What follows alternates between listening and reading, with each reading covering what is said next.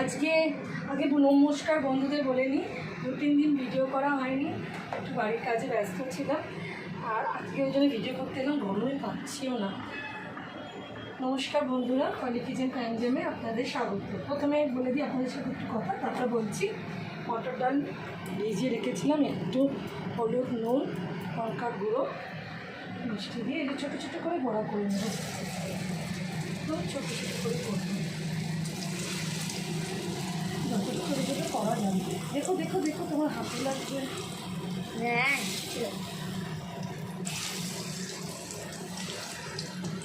আমি বলছি কী করবে বড়াটা দিয়ে। ওইটা মনে হয় না, ওটা মনে হয় না, এটা কেউ এখনও মনে হয় তুমি জানো না এটা কী করবে, তাই তুমি বলো। বন্ধুরা প্রচণ্ড গরম, বলছে নাকি আজকে থেকে বৃষ্টি হবে, কিছুই বুঝতে পারছি না। যতই বৃষ্টি হচ্ছে তত গরম বাড়ছে। একদমই তাই। আপনাদের ক্যামেরাম্যানের কিন্তু জন্মদিন।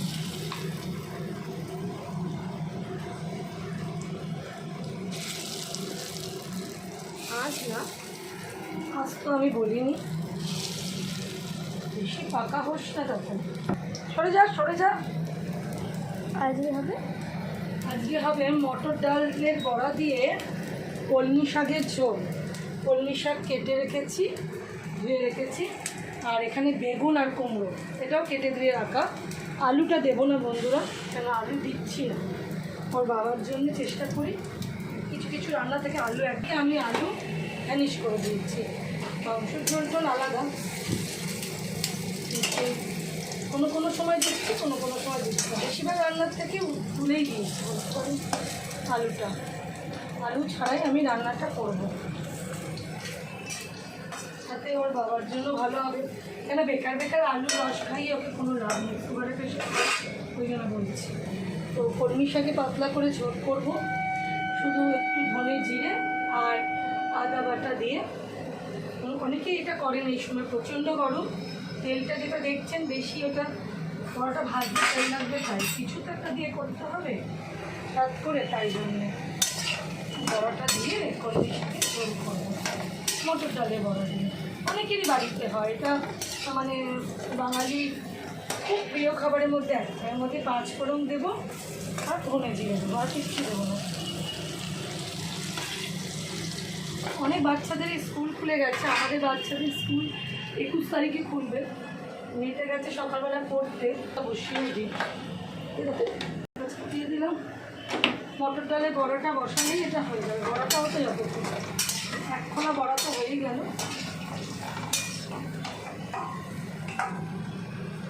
একটু ছোটো ছোটো করে ভাজলে না ভালো লাগবে।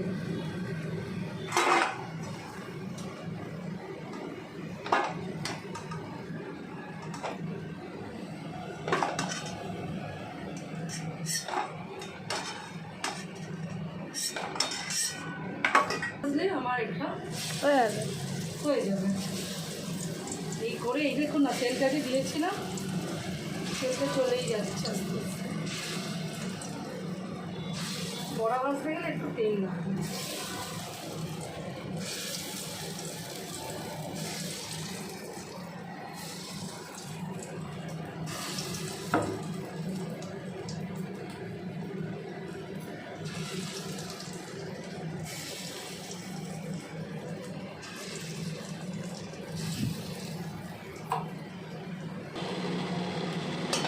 বড়াগুলো হয়ে গেছে, বড়াগুলো ভাজা হয়ে গেছে, কড়াইতে তেল দিয়েছি। এখন আমি ফোড়ন দেবো না, বুঝলেন বন্ধুরা, ফোড়নটা নামাবার আগে দেবো। সরে যে হাত করো।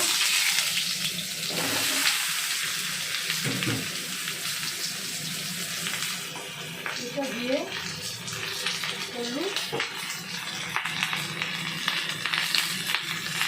আসছে, হ্যাঁ না না তা দিলে দেবো, দিয়ে একটুখানি ভাজা ভাজা করে আমি দিয়ে দেবো। এটা খুব ভালো, একটুখানি ভাজা ভাজা হোক। তেলটাও খুব সামান্য দিলাম, ওর জন্যে একটুখানি 2-4 বার ভাজা ভাজা দিলে না জল রেডি হচ্ছে।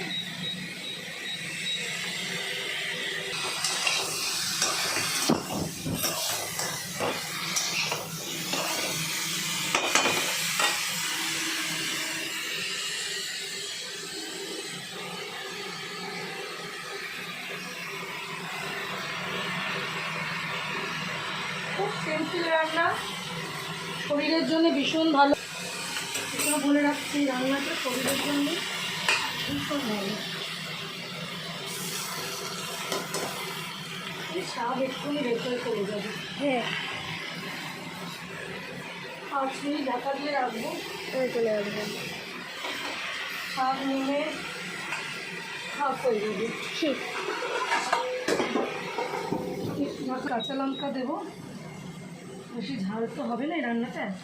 আমার কাঁচা লঙ্কার বক্সটা সুন্দর, দেখো। চাটা করেছি, এখনো মুখে দিইনি চাটা। কে রান্না করতে করতে চা খান? আমি রান্না করতে করতে প্রচুরবার চা খাই এই গরমে। কাঁচা লঙ্কাটা দেবো, তার প্রস্তুতি নিচ্ছি। 4টে কাঁচা লঙ্কা দিলাম, 4-5টা।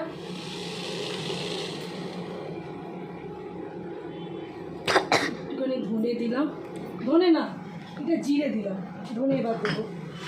আর একটুখানি ধনে দিলাম, আর আদাটা একটু বাদে দেবো ভেতরে, আর একটু মিষ্টি দেবো।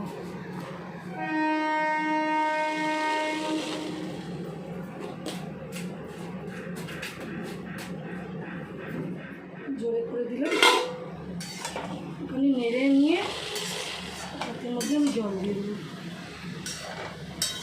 গন্ধরাজ লেবু দিয়ে যদি খান না, এটা খেতে মারাত্মক ভালো লাগবে। পাতাগুলো এরকম বড় বড়ই দিতে হবে, এখানে আবার পাতাগুলো ছোটো ছোটো দিলে হবে না, পাতাগুলো একটু এরকম বড় বড়ই থাকবে। বেশি ঝাল দেওয়ার দরকার নেই, আমি 4টে দিয়েছি, আর একটা দুটো দিয়ে দিই, দুটো ভাল লাগবে না। এবার আমি গরম জলটা দিয়ে দেবো।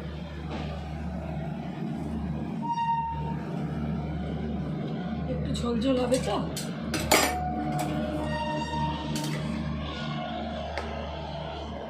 হলুদ কিন্তু আর পড়বে না, আর আমার পড়বে হচ্ছে নামাবার আগে কাঁচা আদা ফোড়ন, অবশ্যই পড়বে ফোড়ন, এই ঝোলটা লাগবে। কাঁচা আদা দেবো, 5 ফোড়ন দেবো, ফোড়নটা উপর থেকে দেবো, বড়া দেবো, কাঁচা আদা দেবো। এটা ঢাকা দেওয়া থাক, একটুখানি সবজিগুলো সেদ্ধ হয়ে যাবে। ঠিক আছে, পরে আসছি বন্ধুরা। ঠিক আছে, টাটা।